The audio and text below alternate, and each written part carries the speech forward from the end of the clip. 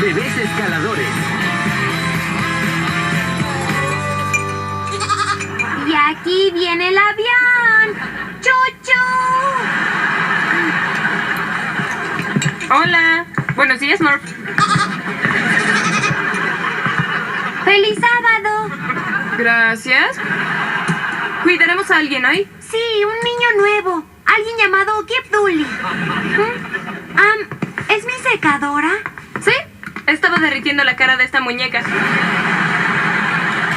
¡No, Rich Nancy! ¡Pero la arruinaste! No, le enseñé la importancia de usar bloqueador solar.